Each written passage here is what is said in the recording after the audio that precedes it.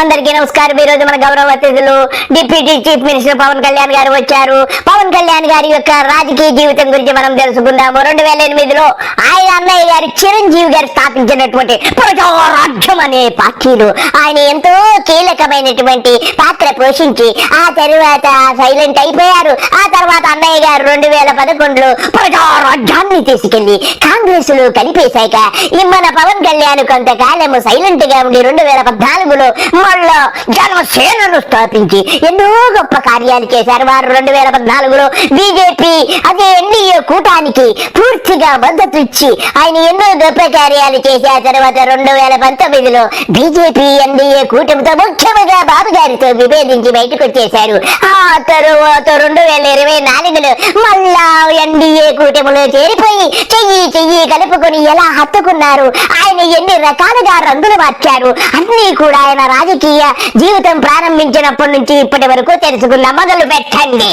పవన్ కళ్యాణ్ గారు ఎలాగున్నారు, ఇకపోతే తమరి ఇల్లు ఎంత దూరం కొంచెం మాకు చెప్పండి. ఎలా ఉంది అంటే ఇల్లేమో దూరం అసలే చీకటి గాఢంధకారం. అయ్యో, ఇల్లు దూరం అయిపోయిందా పవన్ కళ్యాణ్ గారు? అయితే మీరు బ్యాంకులో లోన్ తీసుకుని ఒక మోటార్ సైకిల్ కనుక్కొని టాక్లెట్ వేసుకుని వెళ్ళండి ప్లీజ్. దారంతా గతుకులు. పవన్ కళ్యాణ్ గారు, బాబు గారు సరిగ్గా రోడ్లు వేయలేదమ్మా, వేస్తారులే, మీరు తొందర పెడకండి. గతుకులు ఉంటాయి, పెద్ద ఫీల్ అవ్వకండి. చేతిలో దీపం లేదు. పవన్ కళ్యాణ్ గారు, మీకు ఎన్ని కష్టాలు వచ్చాయి పవన్ కళ్యాణ్ గారు? చీకట్లో వెళుతున్నారు, దీపం కూడా లేదు, నాకు చాలా ఏడిపేస్తుంది. కానీ గుండెల నిండా ధైర్యం ఉంది. పవన్ కళ్యాణ్ గారు, మీది విశాలమైన గుండె నాకు తెలుసు, మీ ధైర్యం గురించి నాకు తెలియదా? కానీ ఓవర్ యాక్షన్ ఆపేసి సముద్రం అనే కుక్క ఎవరి కాళ్ళ దగ్గర మొరగదు. మరి ఎక్కడ మొరుగుతుంది? ఎన్డీఏ కూటమిలో మొరుగుతుందా? యూపీఏ కూటమిలో మొరుగుతుందా? మాయావతి కూటమిలో మొరుగుతుందా? ఎక్కడ మొరుగుతుందో కొంచెము చెప్పండి. సముద్రం ఒకటి కాళ్ళ దగ్గర కూర్చొని మొరగదు. తుఫాను ఒకరికి చిన్న అంటాం ఎరగదు. పర్వతం ఎవ్వరికి వంగి సలాం చెయ్యదు. నేనంతా కలిపి ఒక పిడికిడి మట్టే కావచ్చు, మనందరం కలిపి పిడికిడి మట్టే కావచ్చు. పవన్ కళ్యాణ్ గారు ఎంతో చక్కగా మాయావతి గారికి, మోడీ గారికి పాదాభివందనము చేసినందుకు మీకు నా అభినందన. లేకపోతే మీ సముద్రం ఎప్పుడు కాళ్ళ దగ్గరే తారాడుతుందని నాకు తెలుసు. ఇకపోతే దక్షిణాది కొందరి నేతలు ఢిల్లీ మెడలు వంచేస్తామని గొంతు చింపుకున్నారట గతంలో. ఆ విషయాన్ని కొంచెం మా ప్రేక్షకులకు చెప్పండి. చాలా మంది, ముఖ్యంగా మన తెలుగు రాష్ట్రాలు కావచ్చు, కొంచెం దక్షిణాది రాష్ట్రాలు కావచ్చు, మనం ఎక్కువగా వినేది, మేము ఢిల్లీ మెడలు ఉంచుతాం, చొక్కా పట్టుకొని నేలకు దించుతాం, తడాకా చూపిస్తాం అని దక్షిణాది నాయకులు చాలా మంది చాలా పెద్ద పెద్ద మాటలు మాట్లాడుతూ ఉంటారు. ఢిల్లీలో ఉన్న సెంట్రల్ లీడర్షిప్ కి ఒక మెసేజ్ చెప్పదలుచుకున్నా. Respected sirs of BJP and Congress of the national party, maybe we are not within your vicinity as you are in up north and we are in down south, but I Pawan Kalyan, the president of Janasena party, వాళ్ళకి అర్థమయ్యేలాగా హిందీ భాషలో చెప్దాం. हम लड़ेंगे जीतने तक लड़ेंगे. ఢిల్లీ మెడలు ఉంచుతాం, చొక్కా పట్టుకొని నేలకు దించుతాం, తడాకా చూపిస్తాం అని దక్షిణాది నాయకులు చాలా మంది చాలా పెద్ద పెద్ద మాటలు మాట్లాడుతూ ఉంటారు. మాననీయ వెంకయ్య నాయుడు జీ, आप और आपके बीजेपी पार्टी ने मिलके दिया दोनों हाथों में लड्डू, बहुत बड़ा मोतीचूर का लड्डू. నిజంగా వాళ్ళు ఢిల్లీకి రాగానే ఆ మాటలు ఎందుకు గొంతులోంచి రావు, పెగలు ఏంటో భయం అనుకుంటా.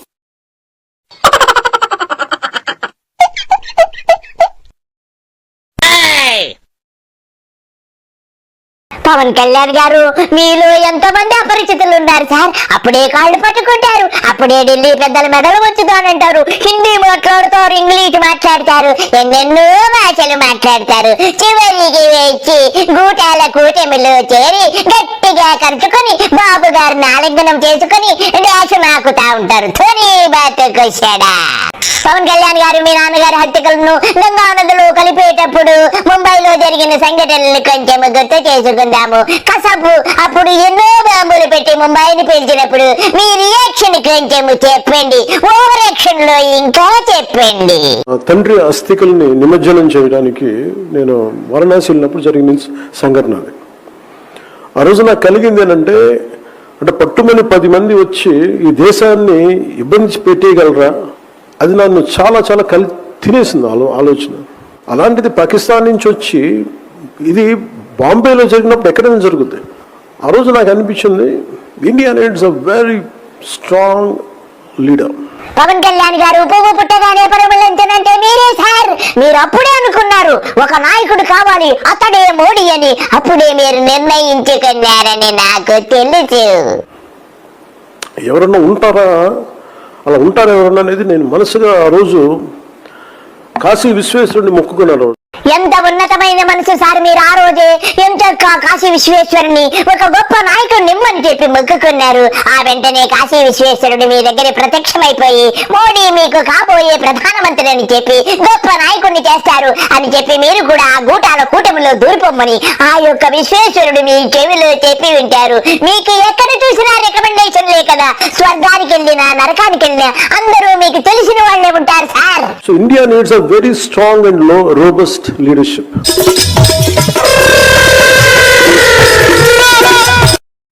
మీరు చూడని తర్వాత ఎన్ని అవాంతరాలు వచ్చినా, ఎన్ని మనకు సర్జికల్ స్ట్రైక్స్ వచ్చినా, ఎన్ని రకాలు వచ్చినా ఎంత బలంగా ఎదుర్కోగలిగాం.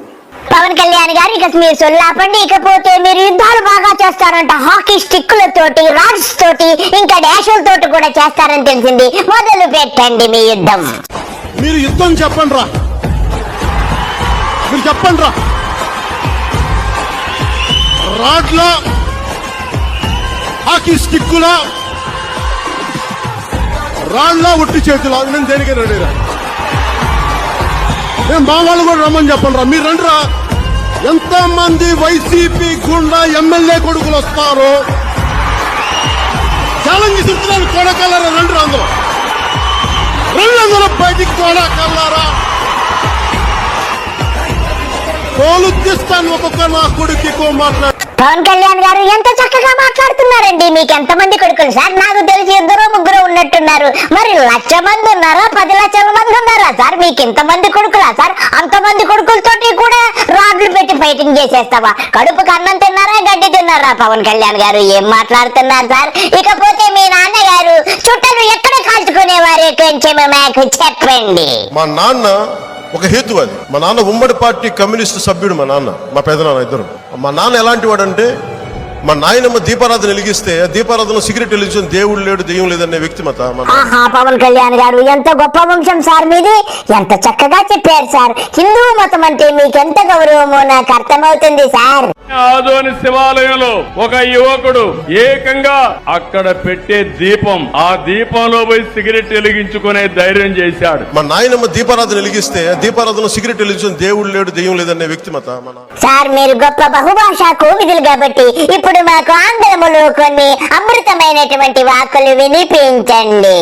We are deeply, deeply hurt. It's not fun for you. Fun for you. Maybe it might be fun for you. It is not fun for us. It's a deep anguish, deep pain. Don't you ever forget. Before you come and think 100 times and talk about Sanatana Dharma. Enough of this. Salu. ఎవరికి కోపాలు రావు, ఎవరికి వేదన రాదు, ఎవరికి బాధలు రావుంటే కుదరదు. వస్తాయి బాధలు, వేదన ఉంది, మాట్లాడతాం. మర్చిపోకండి ఎవరు. గత ముఖ్యమంత్రి గారు కూడా నేను చేస్తా ఉన్నాను. జగన్మోహన్ రెడ్డి గారికి కూడా ఇదే చర్చికి జరిగితే మీరు ఊరుకుంటారా? ఒక మసీదుకి జరిగితే ఊరుకుంటారా? ఒక తిరుమలకి జరిగినప్పుడు ఎందుకు వెనకేసుకొస్తారు? రాకండి. హిందువులే కదా మీరందరూ. టీడీలో ఉండే 100,000 మంది ఎంప్లాయీలు, మీకు ఉద్యోగులు, వేలాది మంది ఉద్యోగులు, మీరందరూ ఏం చేస్తున్నారు? మీరు పవన్ కళ్యాణ్ గారు మేమందరము హిందువులమే కానీ మీరు మాత్రం హిందువులు కాదు కదా సార్. మీరు దూరని మతం ఏమైనా ఉంటే అక్కడి చెప్పండి సార్. మీ పిల్లలందరూ క్రిస్టియన్స్ కదా సార్. తమరే చెప్పారు కదా సార్, గంటకొక మాట, పూటకొక వేషము. ఏంటి సార్ మాకి కర్మ? కులాల్ని దాటి. కానీ నాకు ఆశ్చర్యం ఏంటంటే, మనం ఒక పార్టీ ప్రభుత్వం వచ్చాక ప్రభుత్వ పనితీరులో 2-3 తప్పులు ఉంటాయి. అన్ని సవ్యంగా ఎందుకు ఉంటాయి? ప్రజలకు ఇబ్బంది కలిగించే పనులే ఉంటాయి. నేను 2-3 సార్లు ఎత్తి ఆ తప్పులు చేసి చూపించాను అంతే. ఇప్పుడు మీరందరూ నాకు ఏ కులమో ఏ మతమో ఎక్కడి నుంచి వచ్చారో నాకేం తెలుసు. పవన్ కళ్యాణ్ చుట్టూ అతను కులం యువతున్నారు. నా కులం ఉంది, నాకెక్కడ మతం ఉంది? నా కూతురు క్రిస్టియన్ అబ్బా, కూతురు క్రిస్టియన్. నా కూతురు తల్లి తన మతాచారం ప్రకారం నా కూతుర్ని రష్యన్ ఆర్థడాక్స్ చర్చ్లో బాప్టైజ్ చేస్తానంటే సంతోషంగా చేయించమన్నాను. ఎందుకంటే నాకు భగవంతుడు ఏ రూపంలో నాకు ఒకటే భగవంతుడు. నేను పుట్టింది హిందూ ధర్మంలో పుట్టాను, హిందూ మతంలో పుట్టాను, హిందూని పూజిస్తాను. నా కూతురు క్రిస్టియానిటీని పుట్టింది, జీసస్ని పూజిస్తుంది. నాకు దానివల్ల ఏం తేడా లేదు, ఏం ఫరక్ పడదు నాకు. ఎందుకంటే సర్వ మతాలు నాకు ఒకటే, సర్వ కులాలు ఒకటి, సర్వ ప్రాంతాలు నాకు ఒకటే. అలాంటి నాకు కులం మతం ప్రాంతం అంటగడితే అరికాల నుంచి తలెత్తి దాకా నాకు కోపం వస్తుంది. పవన్ కళ్యాణ్ గారు ఎంతో చక్కగా మతాల గురించి కులాల గురించి ఎంతో చక్కటి సొల్లు చెప్పారు. ఇక ఆపేయండి, ఇకపోతే తమరు దేశభక్తి గురించి చెప్పండి. అసలు మీకు జాతీయ గీతముపై మీకున్నటువంటి భక్తిని కొంచెము చాటేకోండి. బాబు రెడీ బాబు, హాట్ కెమెరా యాక్షన్. కానీ సినిమా థియేటర్లలో జాతీయ గీతం పెడితే అందరు లేచి ఉంచకపోతే దేశ ద్రోహుల కింద అంటే నాకు నచ్చలేదు అన్నమాట. ఇప్పుడు చెప్తున్నారు, ముందే చెప్పాలి కదా. ఈ దేశం అందరూ కన్వీనియంట్ గా చేశారు, నాకు అది విసుగు. సార్ నాకు తెలుసు సార్, మీకు జాతీయ గీతం అంటే విసుగని. మీరు ఇప్పుడు అపరిచితుడు ప్రవేశిస్తే ఎలా మారిపోతాడు? మరి ఇంకొక కోణములో చెప్పండి జాతీయ గీతము గురించి. ఇలా మాట్లాడితే రేపు పొద్దున ఇలాంటి వదిలేస్తే ఏమవుతాయంటే వందే మాత్రం పాడనని చెప్తారు, జనగణమన పాడనని చెప్తారు. ఎందుకంటే ఇది బెంగాలీలో ఉంది, మేము పాడమంటారు. ఇలాగే వదిలేస్తే 96 ఫ్రేమ్ సార్. వందే మాతరం. నా ప్రాణాలైనా అర్పిస్తాను. 1500 ఫ్రేమ్ సార్. వందే మాతరం. ఒక ఎంఆర్ఓ ఇసుక మాఫియాను అడ్డుకున్నందుకు ఆవిడ మీద ఎలా దాడి చేస్తారండి? వనజాక్షి గారి మీద మీరు ఎలా దాడి చేస్తారు? మీరు దాడి చేస్తా ఎమ్మెల్యేలు ఏం చేయరా? ఎమ్మెల్యే కొమ్ములు వచ్చినాయా? కొమ్ములున్నాయా ఎమ్మెల్యేకి? చట్టం నీకు వర్తించదా? ఏం చేస్తున్నారు మీరు? ఒక మహిళా అధికారిని మీద దాడి జరిగితే తెలుగుదేశం ప్రభుత్వ నాయకులు మీ ఎమ్మెల్యేకి కొమ్ము కాస్తారా? మేము చేతగాని వాళ్ళు అనుకుంటున్నారా? మీరు చేస్తా ఉంటే చూడండి మీరు చేతగాని వాళ్ళవా? సహనం చేతగానితనం కాదు, గుర్తుపెట్టుకోండి మీరు.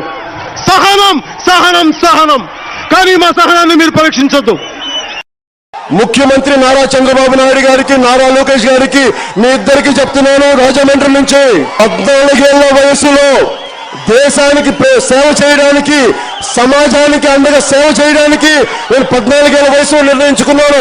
అది ఒక మా అన్నయ్యకి తెలియదు, ఒక మా నాన్నకు తెలుసు, మా అమ్మకు తెలుసు. మాట్లాడితే పవన్ కళ్యాణ్ సినిమా యాక్టర్ అంటారు. అరే మీ కొడుకు ఏం తెలుసు అండి లోకేష్ గారికి? పంచాయతీ ఎన్నికల్లో పోటీ చేయని వ్యక్తిని పంచాయతీ రాజ్ శాఖ మంత్రిగా చేశారు మీరు. మీ అబ్బాయికి ఏం తెలుసు పంచాయతీ వ్యవస్థ గురించి? ఆయన పంచాయతీ రాజ్ శాఖ మంత్రిగా చేశారు మీరు. ఎక్కడైనా సరే తండ్రి వారసత్వం కొడుకు రావాలి. తండ్రి వారసత్వం అంటే ఏంటి? ఇంటి పేరు, తండ్రి రూపురేఖలు, తండ్రి DNA, తండ్రి ఆస్తులు పాస్తులు, తండ్రి అనుభవం కొడుకు వస్తుందా? అరే మీ కొడుకుని ముఖ్యమంత్రిని చేయడానిక మేము జనసేన మీకు కాపు కాసింది. మీకు ముఖ్యమంత్రి గారు విజన్ 2020లో 2 కోట్ల ఉద్యోగాలు అంటే అప్పుడే సరదాగా చెప్పారు. నేను ఈ మధ్యన అడిగాను, ఇచ్చాపురంలో ఒకళ్ళని అడిగాను, ముఖ్యమంత్రి గారు నిరుద్యోగం పాల్గొలుతా ఉన్నారు కదా, 2 కోట్ల ఉద్యోగాలు ఇస్తా ఉన్నారు, అదే విజన్ 2020 ఇంకా బాగా చేస్తారని చెప్పారు. మళ్ళీ ముఖ్యమంత్రి చెప్పారు, బాబు వస్తే జాబ్ వస్తుంది అన్నారు కదా, ఏమంటారంటే కదా ఫ్రెండ్స్, ఇప్పటి వరకు ఈ యొక్క పవన్ కళ్యాణ్ గారి స్టోరీ 2008 నుంచి 2026 వరకు ఎన్ని రంగులు మార్చారు. ఎవరితో విభేదిస్తాడు, అప్పుడే విభేదిస్తాడు, అప్పుడే కలుసుకుంటాడు, అప్పుడే అత్తుకుంటాడు, అప్పుడే మొత్తుకుంటాడు, రకరకాల వేషాలు వేశారు. ఇటువంటి ఊసర వెళ్ళి రాజకీయవేత్త ప్రపంచంలో ఉండడు. అందరికీ నమస్కారము, బాయ్. అయిపోయి